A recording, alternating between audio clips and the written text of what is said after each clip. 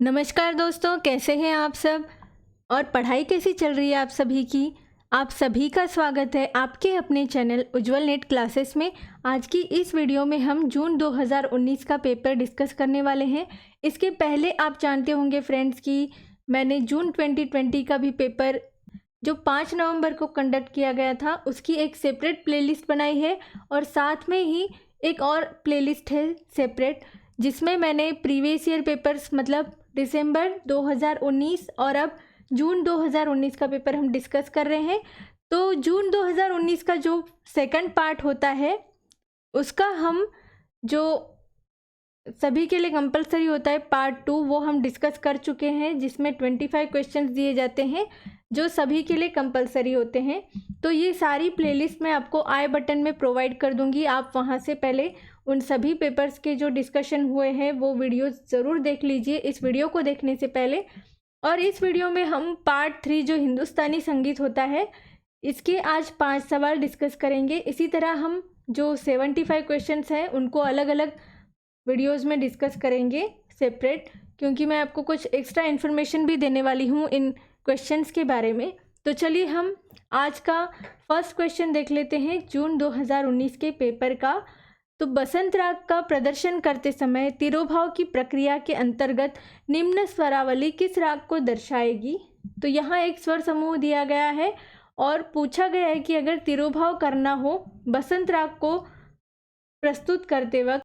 तो फ्रेंड्स पहले हम इसका आंसर देख लेते हैं, यानी कि इसमें पूछा गया है कि अगर बसंत राग गा रहे हैं और उसमें अगर तिरोभाव किया जाए। तिरोभाव की पहले मैं आपको डेफिनेशन बता देती हूँ, उससे पहले हम इसका आंसर देख लेते हैं।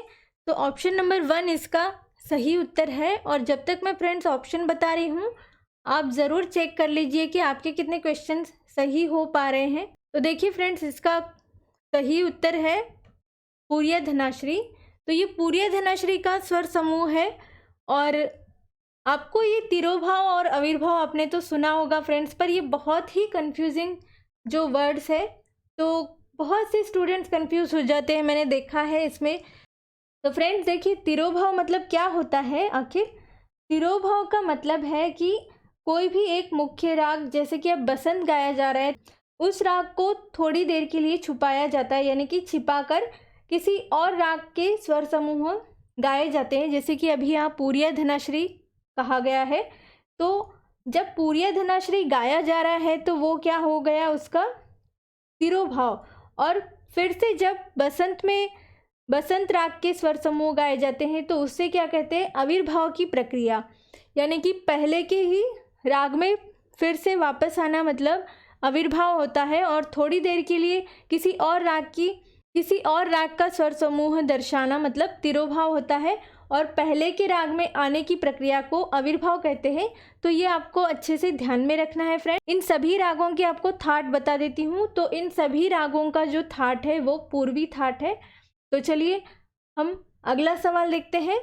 फ्रेंड्स आपको अगर कोई भी डाउट हो इन क्वेश्चन से रिलेटेड तो आप मुझसे कमेंट बॉक्स में पूछ सकते हैं। तो चलिए क्वेश्चन नंबर 2 है राजस्थान के कथावाचक भोंपों के द्वारा कौन सा वाद्य प्रयुक्त किया जाता है। मतलब राजस्थान के कथावाचक भोंपों के द्वारा कौन सा वाद्य प्रयुक्त करते थे। तो राजस्थान जब भी कहा जाता है तो वहाँ का इंस्ट्रूमेंट बहुत ही प्रचलित है रावण हत्था। इसे रावण हत्या भी लिखते हैं, कोई रावण हत्था लिखते हैं। तो यहाँ देखिए ये इसका सही उत्तर है। तो फ्रेंड्स हमें जब भी इंस्ट्रूमेंट्स के बारे में हम बात करते हैं तो हमें ये जानना बहुत ज़रूरी होता है कि कौन से प्रकार का कौन सा वाद्य है, क्योंकि कभी कभी पूछे जाते हैं ऐसे सवाल कि रावण हत्या जैसे कि अब हम कह सकते हैं वितत की श्रेणी में आता है। आपको पता होगा 4 प्रमुख श्रेणियां हैं, तत्, अवनद्ध, घन और सुशील। तो उसमें तत् में भी 2 प्रकार है, यानी कि 2 टाइप्स के होते हैं। तत् मतलब जो स्ट्रोक से बजाए जाते हैं स्ट्रोकर से, वो तत् की श्रेणी में आते हैं। तो फ्रेंड्स रबाब और जो सरोद, सितार इस तरह के इंस्ट्रूमेंट्स होते हैं, गिटार, जो भी स्ट्रोकर की सहायता से हेल्प से बजाए जाते हैं वो। तो फ्रेंड्स जो रावण हत्या की तरह जो इंस्ट्रूमेंट्स होते हैं वो वितत वाद्य की श्रेणी में आते हैं, जैसे कि सारंगी, वायलिन, जो भी गज की हेल्प से बजते हैं वो। और पखावज जो है अवनद वाद्य की श्रेणी में आता है। तबला, पखावज, ढोलक जो भी चमड़ी से मढ़े हुए होते हैं वो सभी इंस्ट्रूमेंट्स अवनद वाद्य की श्रेणी में आते हैं। और जो फूंक की सहायता से बजते हैं जैसे कि हारमोनियम और बांसुरी, इस तरह के जो इंस्ट्रूमेंट्स होते हैं तो वो सुशिर वाद्य की श्रेणी में आते हैं। ये आपको ध्यान में रखना है। चलिए अगला सवाल देखते हैं। क्वेश्चन नंबर 3 है friends, who was the artist of Rudra Veena. यहाँ ऑप्शंस दिए गए हैं विलायत खान, गोपाल दास, असद अली खां और अकबर अली खां। तो देखिए फ्रेंड्स, इसका क्या है सही उत्तर। तो आप सभी जानते होंगे असद अली खां जो है वो रुद्र वीणा वादक थे।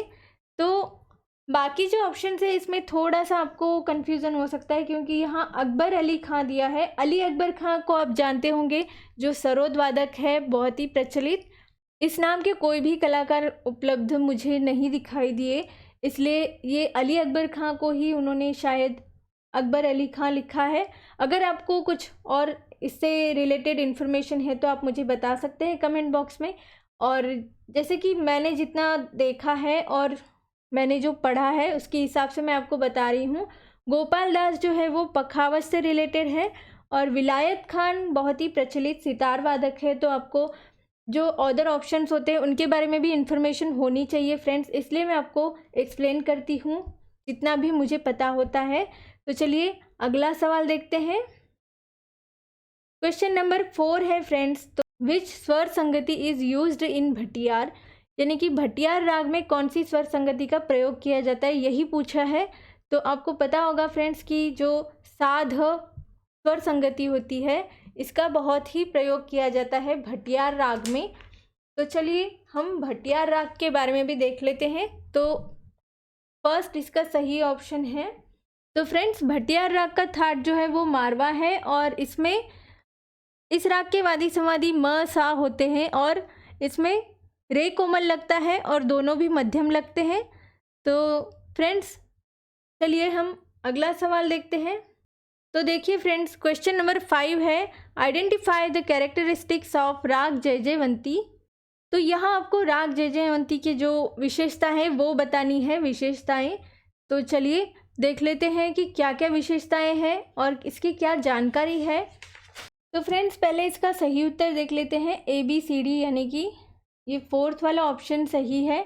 इसका मतलब है कि जयजयवंती राग परमेल प्रवेशक राग भी है और इसमें दोनों भी गांधार प्रयुक्त किए जाते हैं, यानी कि दोनों भी ग का प्रयोग होता है, कोमल और शुद्ध, और दोनों भी निषाद यानी कि शुद्ध और कोमल, और रेध स्वर शुद्ध प्रयुक्त किए जाते हैं। इस तरह से ये इसकी जानकारी है। और भी मैं आपको कुछ इन्फॉर्मेशन दे देती हूँ, जैसे कि इसकी बेसिक इन्फॉर्मेशन आपको होनी चाहिए। सभी रागों की इन्फॉर्मेशन आपको ये तो होना ही चाहिए कि जैसे ठाट कौन सा है, वर्जित स्वर कौन से हैं, फिर वर्जित स्वर के हिसाब से आप जाति पता कर सकते हैं, फिर इसमें विकृत स्वर कौन से लगते हैं किसी भी राग में। तो ये सारी इन्फॉर्मेशन आपको होनी चाहिए फ्रेंड्स की वादी संवादी कौन से हैं, समप्राकृतिक राग कौन से हैं और उनका गान समय क्या है, यानी कि कौन से समय पर गाए जाते हैं। ये बहुत ही बेसिक इन्फॉर्मेशन है और ये सभी पेपर्स में पूछी जाती है ऑलमोस्ट। तो ये सभी चीज़ें आपको पता होनी चाहिए फ्रेंड्स। तो मैं कोशिश करूँगी कि मेरे पास जो चार्ट बना हुआ है मैं वो आपके सामने लेकर आऊँगी कि आप इस तरह से चार्ट बनाकर सभी रागों की इन्फॉर्मेशन याद रख सकते हैं अच्छे से। तो जयजयवंती राग के बारे में जो इन्फॉर्मेशन है कि इसका थाट खमाज है और ये एक संपूर्ण जाति का राग है, और बाकी सभी चीज़ें तो इसमें कवर हो गई है। और इस राग का गान समय रात का प्रथम प्रहर माना जाता है, पहला पहर माना जाता है। तो अगर आपको इस इन्फॉर्मेशन से रिलेटेड कोई भी डाउट हो, क्योंकि कभी मतभेद पाए जाते हैं कुछ रागों की जानकारी के बारे में, जैसे कि गान समय हुआ या फिर कोई और चीज़ हो सकती है जिसमें आपको ऐसा लग सकता है कि कहीं और कुछ और दिया है आंसर या फिर जानकारी, तो आप उसे ऑब्लिक करके लिख सकते हैं कि मतलब कभी भी दो ऑप्शन एक साथ नहीं पूछे जाएंगे एग्ज़ाम में। तो आपको ये ध्यान में रखना है कि कहीं भी आपको संगीत ऐसा विषय है फ्रेंड्स कि इसमें मतभेद तो पाए ही जाते हैं।